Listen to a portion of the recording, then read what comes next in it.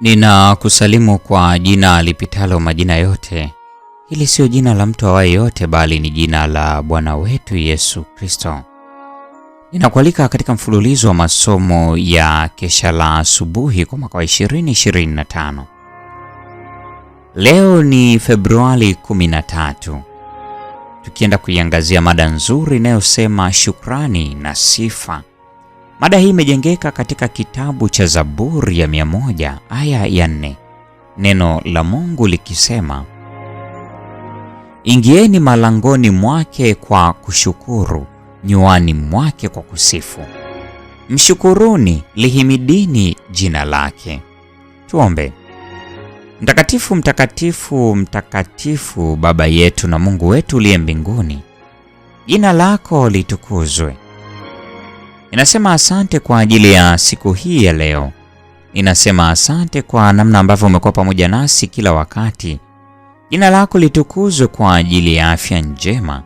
Jina lako litukuzwe kwa ajili ya furaha, amani na upendo ulioweka kati yetu. Watoto wako wa kiume na wa kike tumekuja miguuni pako siku ya leo. Tunaomba uwepo wako uende pamoja nasi.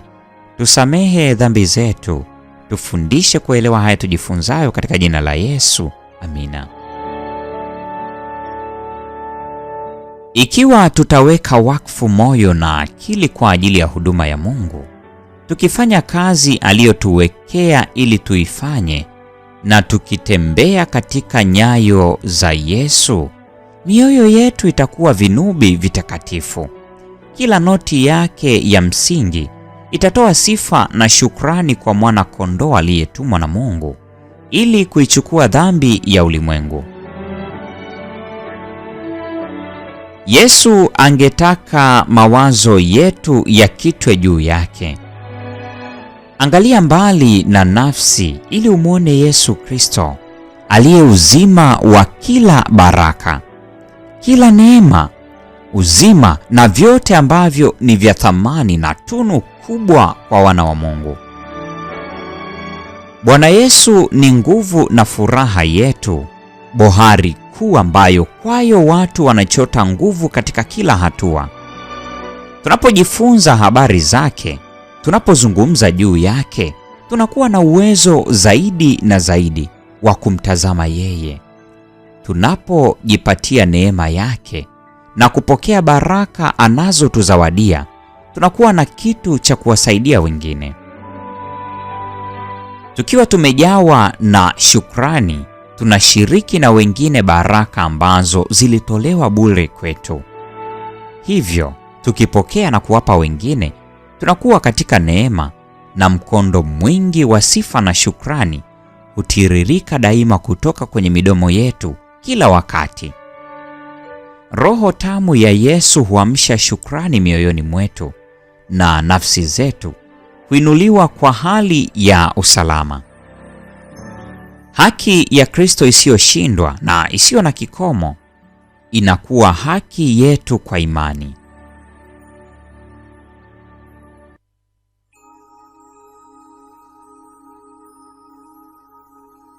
Ruhusu baraka mpya za kila siku ziamshe wimbo na sifa mioyoni mwetu kwa alama hizi za utunzaji wake wa upendo. Unapofungua macho yako asubuhi, mshukuru Mungu kwamba amekulinda usiku kucha. Mshukuru kwa amani yake moyoni mwako. Asubuhi, mchana na usiku, acha shukrani kama manukato mazuri zipae mbinguni. Malaika wa Mungu maelfu kwa maelfu wanatulinda dhidi ya uovu na kurudisha nyuma nguvu za giza zinazotafuta kutuangamiza.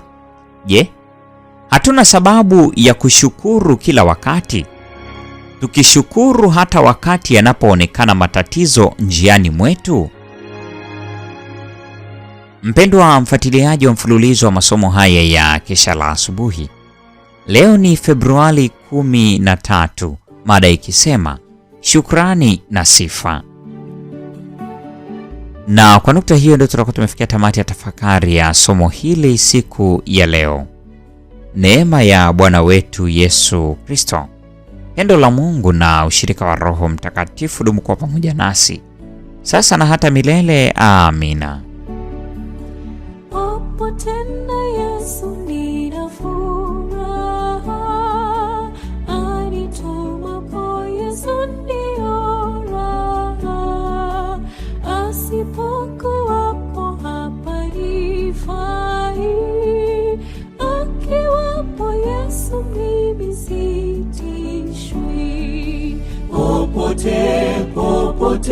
sina mashaka, popote na Yesu naweza kwenda. Popote sina mashaka, popote na Yesu naweza kwenda.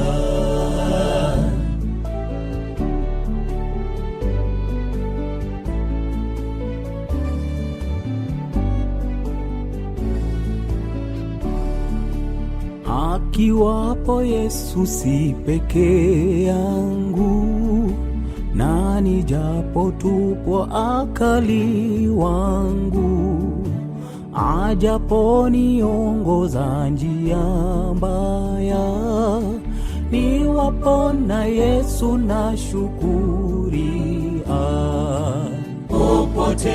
Popote sina mashaka, popote na Yesu naweza kwenda. Popote sina mashaka, popote na Yesu naweza kwenda.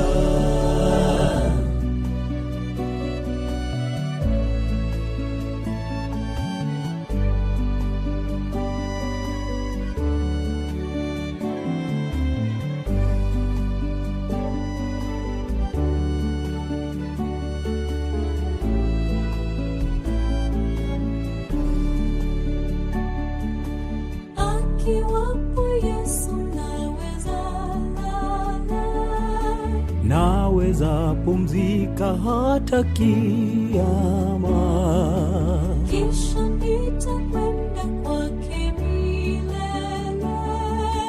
Akiwapo Yesu furaha tele. Popote sina mashaka, popote na Yesu naweza kwenda.